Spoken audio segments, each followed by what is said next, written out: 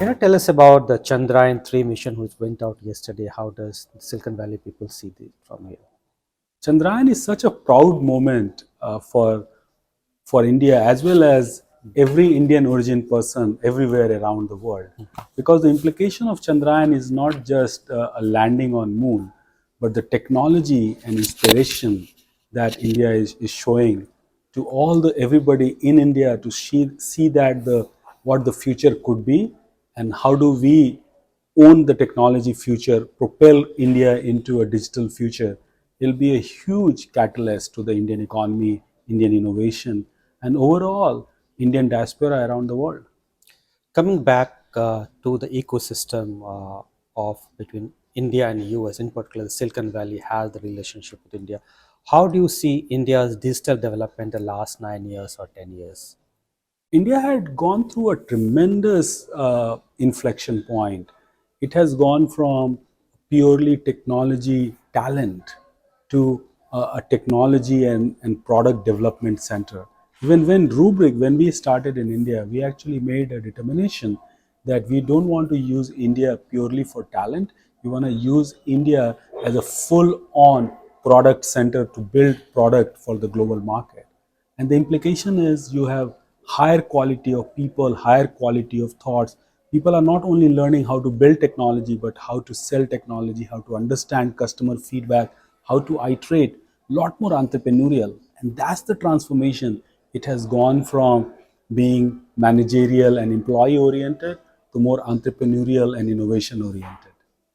Coming back to what Rubik does is cybersecurity. As India is moving towards a digital economy under Prime Minister Modi, where does the cybersecurity fits into here?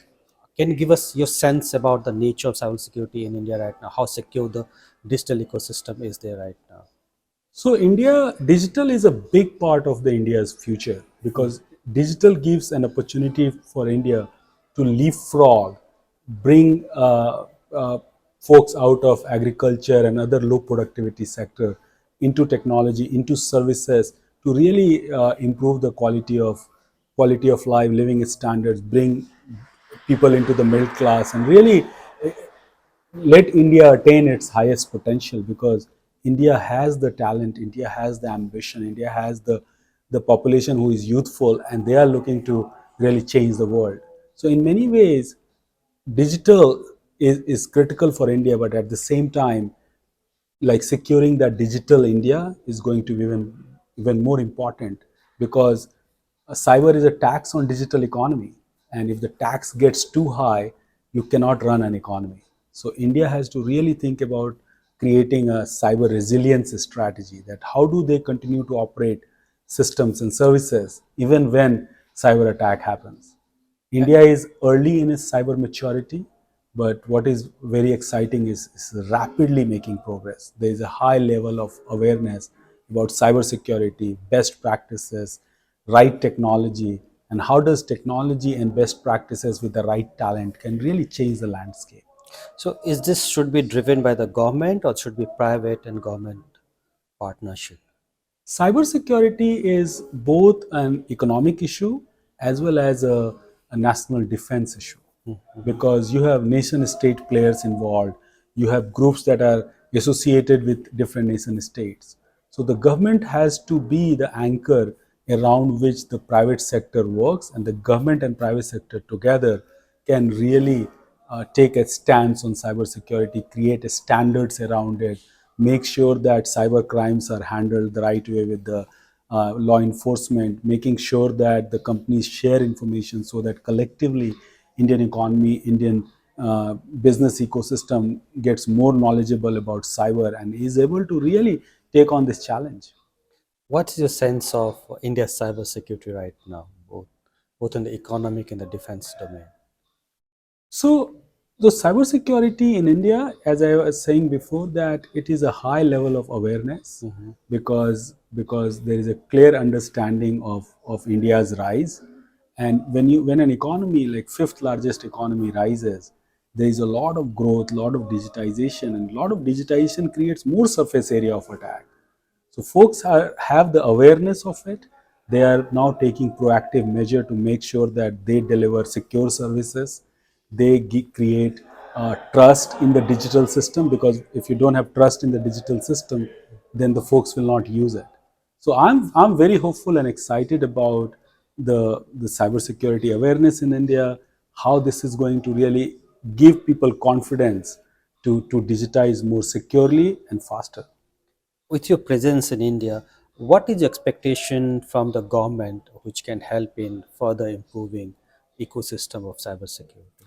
So, us being in India, Rubrik being in India, we are actually creating a cybersecurity ecosystem, because our engineers are developing cyber technology. We are actually uh, bringing people in and educating them on the latest technology on cyber. And that's where the ecosystems develop as we start to engage with both governments and businesses in India more and more on cybersecurity.